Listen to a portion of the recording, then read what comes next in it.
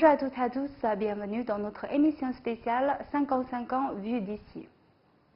La relation économique est toujours un volet très important d'une relation bilatérale. Aujourd'hui, nous allons rencontrer un homme d'affaires qui travaille avec la Chine depuis plus de 20 ans. À l'origine peu enthousiaste à l'idée de venir en Chine en raison professionnelle, il a eu de bonnes surprises et il est tombé amoureux de la Chine. Aujourd'hui, nous sommes à Shanghai pour le rencontrer.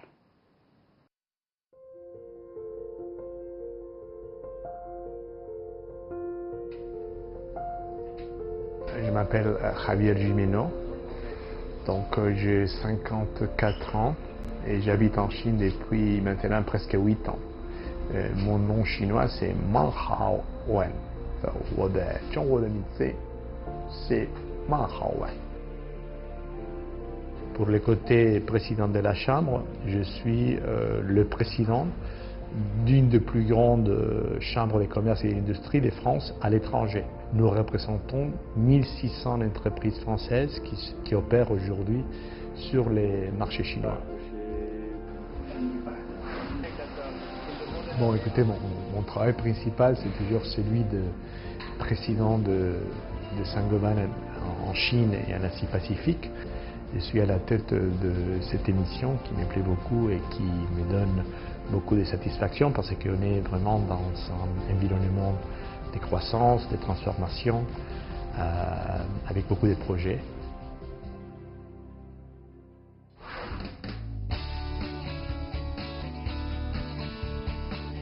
Tout d'abord, je tiens à féliciter la Chine pour ce qu'elle a été capable de faire pendant ces dernières 40 années. Je pense que c'est admirable et ça a provoqué l'admiration du reste du monde. Je prends des cours de chinois quand je peux. Quand je suis à Shanghai, j'essaie de prendre mes cours de chinois. Bon, je ne suis pas un excellent étudiant, mais ça me plaît beaucoup d'apprendre le chinois. Chong Wen Ka. Nous avons 2 enfants. Une fille qui s'appelle Valeria, qui a 20 ans et qui depuis 2 ans habite aux États-Unis où elle fait des études de business. Et nous avons aussi un garçon de 15 ans qui s'appelle Pablo, qui habite avec nous à Shanghai et qui fait ses études au lycée français de Shanghai. Je fais le sport chaque jour et je l'ai fait depuis, je ne sais pas, 40 ans. Je me lève très tôt le matin et normalement à 5h30, 6h, je suis déjà en salle de gym ou à l'extérieur en train de faire du jogging. J'aime beaucoup courir. J'ai participé à pas mal de marathons. J'ai fait les marathons de Shanghai, les marathons de Tokyo, Paris, New York. Voilà, je fais ça pour le plaisir, mais je fais ça aussi pour garder un niveau d'énergie suffisant pour être en mesure d'accomplir les tâches qu'on m'a confiées.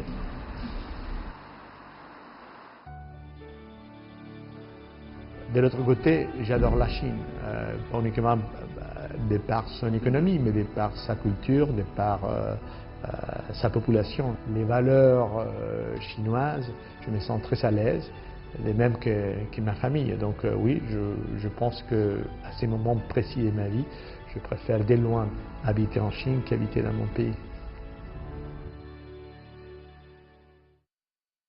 Bonjour Monsieur Gimeno, bienvenue dans notre émission. Alors, vous avez dit lors d'une émission de télé qu'avant de venir en Chine, votre impression sur le pays se limitait au restaurant chinois. Et puis vous êtes venu, vous avez eu une bonne surprise et vous dites que vous avez commencé à comprendre la Chine profonde. Mais est-ce que maintenant vous êtes en mesure d'expliquer un peu aux téléspectateurs qu'est-ce qui est pour vous la Chine profonde? En fait, je crois que j'aurais dû utiliser une expression différente. C'est peut-être pas la Chine profonde, mais la Chine authentique. Hein? Celle qui correspond à la réalité des choses. La Chine qui n'a pas été déformée par les clichés, par un certain déficit d'information, par un certain déficit de communication. Parce que c'est vrai, avant de venir en Chine, il y a 20 ans, ce que je connaissais de la Chine était très peu. Et ceci est le résultat de 3 choses. D'abord de ma propre ignorance, hein, donc, donc c'est moi le principal fautif, mais aussi du fait que la culture et l'éducation en Europe, elle est très centrée sur la culture européenne et sur la civilisation européenne, et oublie de façon systématique l'Orient et la très forte contribution de la Chine à l'histoire et la culture universelle. Et ensuite, c'était aussi à l'époque un déficit de communication de la Chine vis-à-vis de l'extérieur. Et je dois dire que depuis quelques années, la Chine a su mieux trouver sa place et communiquer davantage et se rendre plus présente en Europe. Donc elle est maintenant beaucoup plus connue. Donc je crois que de toute façon, pour connaître un pays, il faut habiter dans ces pays. Et maintenant, ça fait presque 10 ans que j'habite en Chine, que je vis en Chine avec ma famille. Mes amis sont chinois, mes collègues sont chinois, mes partenaires sont chinois. Et donc je pense que je comprends mieux la culture, les caractères, l'âme de la Chine, que j'aime beaucoup. Et plus je connais, plus j'aime. Parce que, c'est quoi l'âme de la Chine? Je dirais que c'est un mélange des sens de l'amitié, des sens de la famille. Les gens sont extrêmement amicaux, extrêmement positifs, extrêmement dynamiques. Une vue de la vie sur les longs termes plus sereine qu'en Europe, plus équilibrée. C'est comme ça que je perçois la Chine. Peut-être je me trompe. Donc cette espèce de capacité à rendre compatible l'énergie, l'activité, le dynamisme dans les concrets, par exemple dans les affaires, avec quand même une attitude très amicale et très sereine par rapport à la vie, je pense que ça rend les pays extrêmement intéressants et assez singuliers par rapport à ce que j'ai connu dans d'autres pays. C'est vrai qu'un de votre travail, c'est vraiment d'accompagner les entreprises françaises en Chine. Et je vois que dans votre magasin Connexion, vous avez sorti un numéro spécial qui réunit vraiment beaucoup d'interviews d'entrepreneurs en Chine. Et j'aimerais bien savoir par rapport à votre époque et aujourd'hui, quel est l'état d'esprit des entrepreneurs français qui sont en Chine ou qui veulent installer en Chine? Bon, mon époque, c'est toujours celle-ci. Hein. Oui. Ça, je pense que... Votre première arrivée. Voilà. Mais par rapport à ma première époque, je pense que aujourd'hui, les choses se sont un peu consolidées. Hein. À l'époque, c'était plus partir à l'aventure, partir dans un monde qui était en pleine expansion et qui, pour une très bonne partie, n'était pas connu. Après, sur la partie affaires, c'est vrai qu'à l'époque, c'était un monde à construire, et maintenant, c'est un monde qui est pour la plupart déjà construit. La Chine, en très peu de temps, est passée à occuper les numéros 2 parmi les puissances économiques au monde. Et il est une évidence que dans quelques années, elle sera la première économie au monde, avec pas uniquement une question de taille, enfin, elle sera de par la taille de son économie, mais probablement aussi de par la qualité et la richesse de son économie. Alors aujourd'hui, on est plutôt dans une phase de consolidation, dans une phase de transformation du modèle économique, tandis qu'il y a 20 ans, on était vraiment en pleine explosion d'un pays qui pendant des années sur le plan économique était resté assez passif et qui soudainement devenait exploiter tout son potentiel. Donc l'état d'esprit de la plupart des entrepreneurs français en Chine est positif. Bien entendu, ils n'ignorent pas les difficultés auxquelles nous pouvons être confrontés. Mais vous savez, un entrepreneur, par nature, c'est un optimiste. Il pense qu'avec effort, il va pouvoir réussir. Et je pense que cet optimisme est encore plus aigu en Chine parce que les conditions sont objectivement meilleures que dans la plupart des pays au monde. Donc, les entrepreneurs français continuent à investir de façon notable en Chine.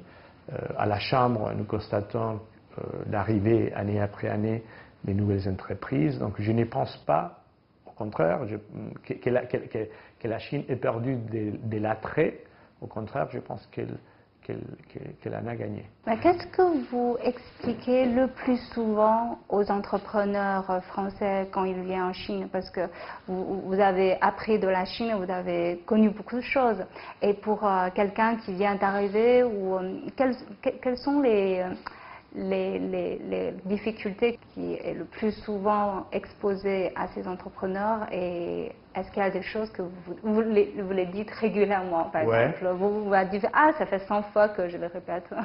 Il y a 2 recommandations fortes que j'ai l'habitude de donner. La première, c'est éviter toute forme d'arrogance intellectuelle ou managériale. C'est-à-dire que parfois, certains arrivent en Chine en disant « Voilà, je viens de l'Europe, je vais vous apprendre comment on fait les affaires ». Il y a de moins en moins, parce que les choses ont beaucoup changé, mais il y a toujours encore en Europe une vision comme quoi, en matière d'affaires, en matière de techniques de management, l'Europe est plus avancée que la Chine, et donc on pourrait apprendre des choses. Donc cette espèce d'arrogance intellectuelle est très dangereuse parce qu'elle ne correspond pas du tout, enfin cette prétendue supériorité ne correspond pas du tout à la réalité. Écoutez, soyez humbles, ici les gens sont très bien préparés, ce sont en tant que partenaires des partenaires formidables, mais en tant que concurrents, ce sont des concurrents très dangereux. Et le deuxième conseil que je donne, la deuxième recommandation, c'est d'être très agile. En Chine, il faut être agile, il faut être rapide, il faut savoir s'adapter, il faut être malléable.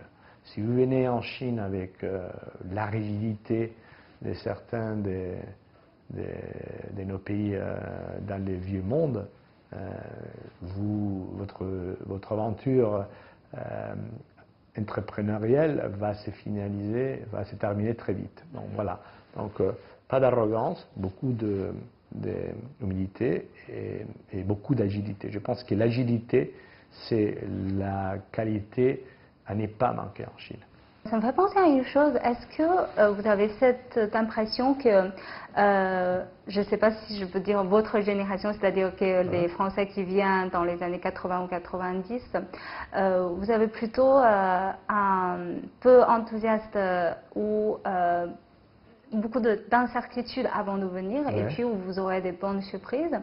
Et aujourd'hui, quand je vois le magazine Connexion, est-ce qu'aujourd'hui on arrive à un stade que beaucoup d'entrepreneurs vont venir avec beaucoup d'enthousiasme en disant que la Chine c'est un Eldorado, on va gagner beaucoup d'argent, et puis en arrivant ils vont découvrir, ils vont avoir de mauvaises surprises? Enfin, je pense que tout le monde sait aujourd'hui que la Chine c'est pas un marché facile. C'est facile de croître. Parce que croître en Chine, dans un environnement toujours en croissance, c'est une mission pas extrêmement compliquée. Mais par contre, les faire de façon rentable, c'est beaucoup plus compliqué, beaucoup plus difficile. Et ceci est le résultat d'une concurrence qui est très, très dure, de par la qualité des entreprises chinoises et étrangères en Chine avec qui vous êtes confrontés.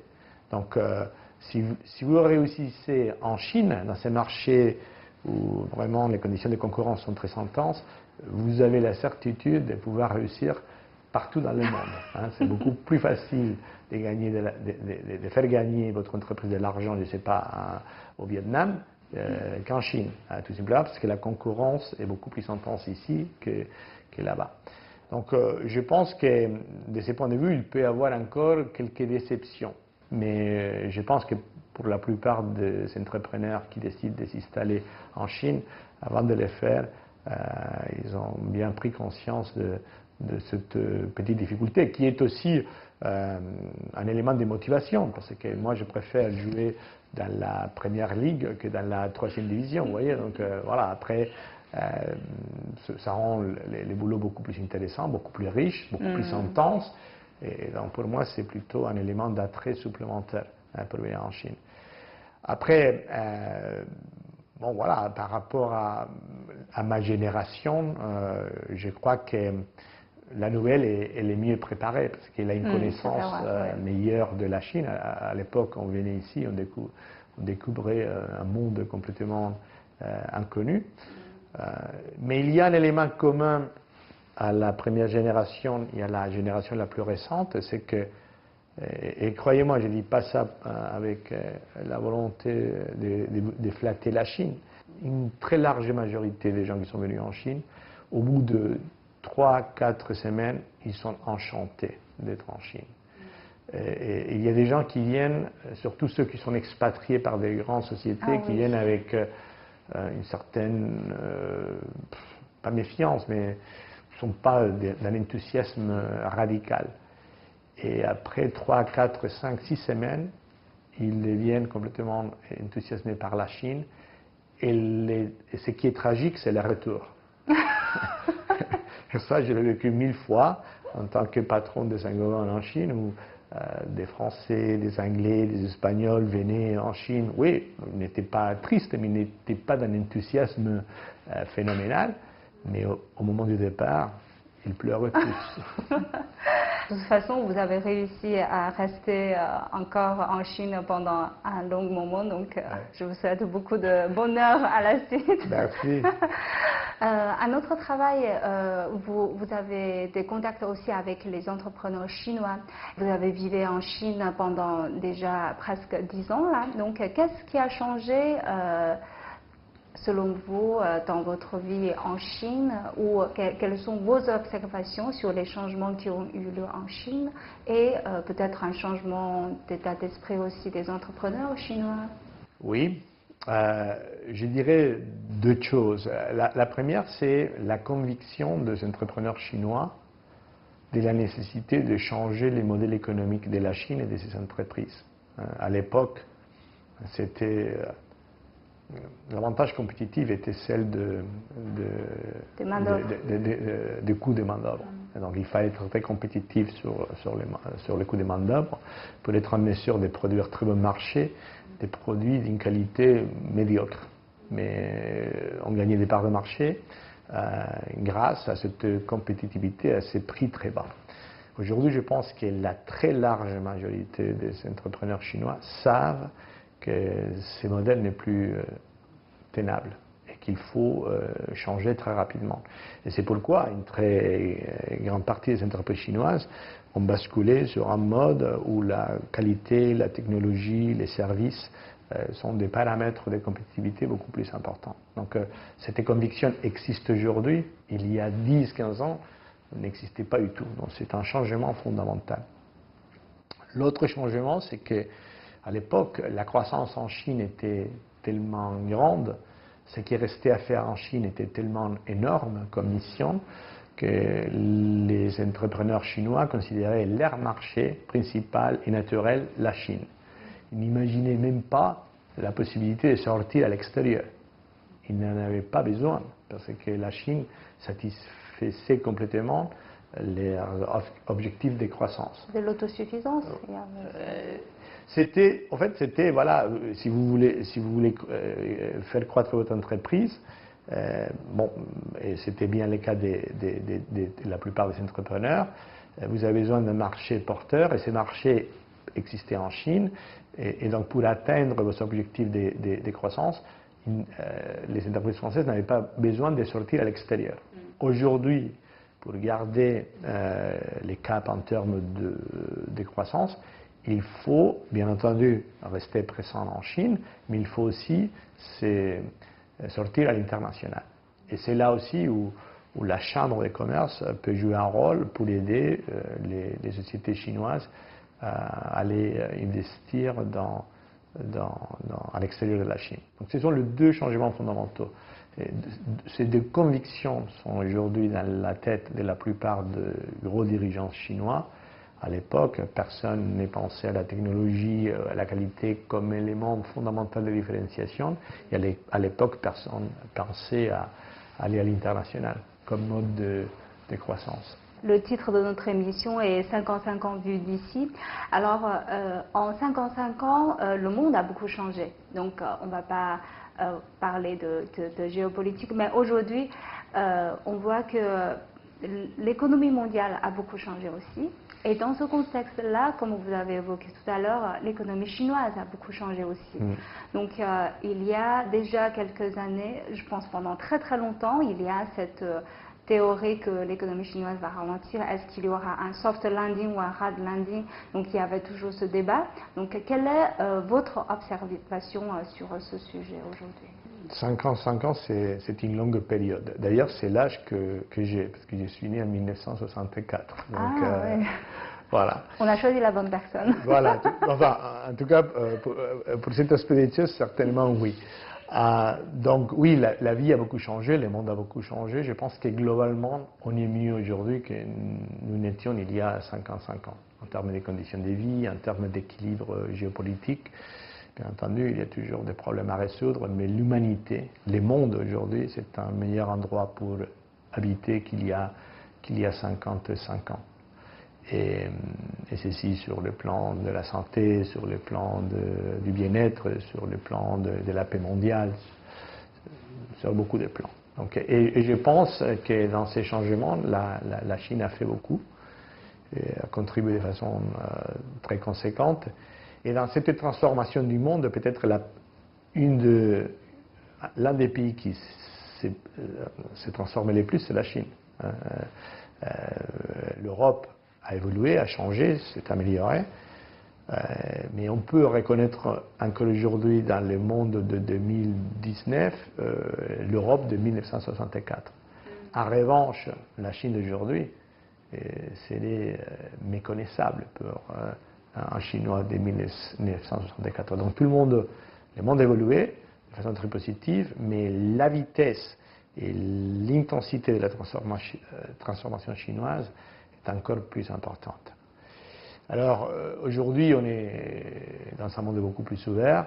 Sur un plan économique, le poids de la technologie, du digital, de l'innovation est de plus en plus important. La Chine l'a compris et c'est pourquoi elle est en train d'accélérer la transformation de ce modèle économique. Il y a bien entendu quelques problèmes, par exemple un certain retour vers le protectionnisme, mais je pense que ce retour est momentané et il s'agit plutôt de reculer pour mieux sauter. Je ne pense pas que la tendance vers la globalisation puisse être renversée. C'est l'inertie, elle est trop forte. Donc, je crois que le monde va avec des sursauts dans la bonne voie, avec des problèmes qu'il faut résoudre. Mais je pense qu'aujourd'hui, le monde est un meilleur endroit qu'il y a 55 ans et que dans 20 ans, il sera encore mieux. En tout cas, c'est pourquoi nous travaillons pour nos enfants, nous travaillons pour que le monde de nos enfants, de nos petits-enfants, soit un monde meilleur. Et c'est ça qui rend aussi la vie intéressante. Mais êtes-vous toujours optimiste sur l'économie chinoise? Parce qu'il y avait ce débat, parce qu'aujourd'hui le ralentissement est là. Donc, Écoutez, c'est un ralentissement tout relatif. Tout d'abord parce que l'année passée, la Chine a cru de 6,4-6,5%. C'est quand même les plus hauts taux de croissance de la région. Il n'y a qu'un pays dans la région où je suis responsable pour Saint-Gobain, il n'y a qu'un seul pays dont le taux de croissance a été supérieur à celui de la Chine, c'est le Vietnam, avec 6,9. Donc la Chine a un taux de croissance phénoménal. Mais comme j'explique souvent, ce n'est pas uniquement une question des taux, c'est aussi une question des masses. La Chine, le PIB de la Chine, c'est 13 000 milliards d'euros ou de dollars, je ne sais plus. Bon, 7% de cette masse, en masse, ça fait beaucoup plus que 15% de la moitié de cette masse il y a 20 ans. Donc ce que la Chine est capable de générer en termes de croissance chaque année, en masse, c'est beaucoup plus important que dans le passé. Et ensuite, c'est la qualité de la croissance, parce qu'aujourd'hui, la croissance chinoise, elle est portée par cette transformation du modèle économique Et donc, ce sont les services qui contribuent, c'est la technologie, c'est une croissance des meilleures qualités que dans les passés. Ceci dit, il y a des problèmes. La Chine a des problèmes. Les systèmes financiers devraient être renforcés et rendus plus solides. Il y a quelques éléments de rééquilibrage par rapport aux règles de concurrence pour que la Chine devienne vraiment un pays avec des opportunités strictement identiques pour les entreprises locales et pour les entreprises étrangères, pour les entreprises d'État et pour les entreprises privées. Et il y a aussi les problèmes de l'environnement, il y a quelques problèmes.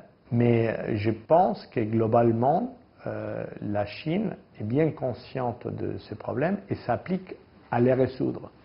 Et c'est ça qui me rend confiant. Je vous disais tout à l'heure que depuis que je viens en Chine, chaque année, certains prédisent le collapse de l'économie chinoise. Et c'est comme celui qui annonce chaque année la fin du monde. Si vous le faites chaque année, à la fin, vous finirez par avoir raison. Cette année, il y aura encore un ralentissement supplémentaire du rythme de la croissance. Donc, la croissance sera plutôt de l'ordre de 6%, mais c'est une croissance tout à fait convenable. Et pour les pays et pour les entreprises. Alors, sur la coopération économique entre la France et la Chine, parce que c'est toujours un volet très important d'une relation bilatérale, quelles sont vos attentes ou votre observation sur le futur de cette relation? Moi, je trouve que la relation est en bonne santé. Souvent, j'entends parler de la nécessité de renforcer le sens de la réciprocité. Il y a des choses à faire dans ce domaine. Il y a des choses à faire dans les domaines de l'accès des entreprises françaises à certains marchés chinois et de pouvoir les faire dans les mêmes conditions que les entreprises chinoises.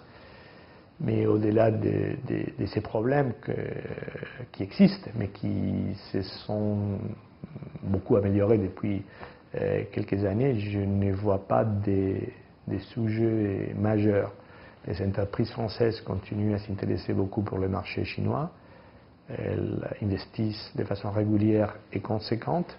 Et je trouve que démarrer l'expérience à l'international par la France est vraiment une très belle option parce que la France est un grand pays. C'est un pays qui est très compétitif, qui est très productif, qui est accueillant. Est-ce qu'il y a aujourd'hui encore des réticences envers les investissements chinois? Parce qu'à un moment donné, apparemment, il y avait beaucoup de débats là-dessus. Oui, par une certaine partie de la population, mais je ne pense pas qu'il y ait des réticences de la part de la communauté d'affaires française. La communauté d'affaires française, le gouvernement français aussi, ils veulent attirer les investisseurs étrangers de qualité. Et les entreprises françaises, en tout cas une bonne partie d'entre elles, font partie de cette catégorie d'investisseurs de long terme et de qualité. Après, c'est vrai qu'on peut, parce que ça a été un discours que les médias, que certains médias ont acheté pendant pas mal d'années, il y a toujours dans une petite partie de la population française une espèce de peur à l'arrivée des entreprises chinoises en France, soi-disant qu'elles mettraient en danger les tissus industriels français. Bon, je ne pense pas que ce soit le cas. Je crois que la concurrence est toujours quelque chose qui renforce une économie. Et donc, moi en tout cas, avec mes collègues de la Chambre, nous ne faisons que pousser pour que de plus en plus d'entreprises chinoises s'installent en France. Merci M. Gimeno, merci pour votre participation à notre émission spéciale. C'est moi qui vous remercie, c'était comme toujours un plaisir. Merci. Merci.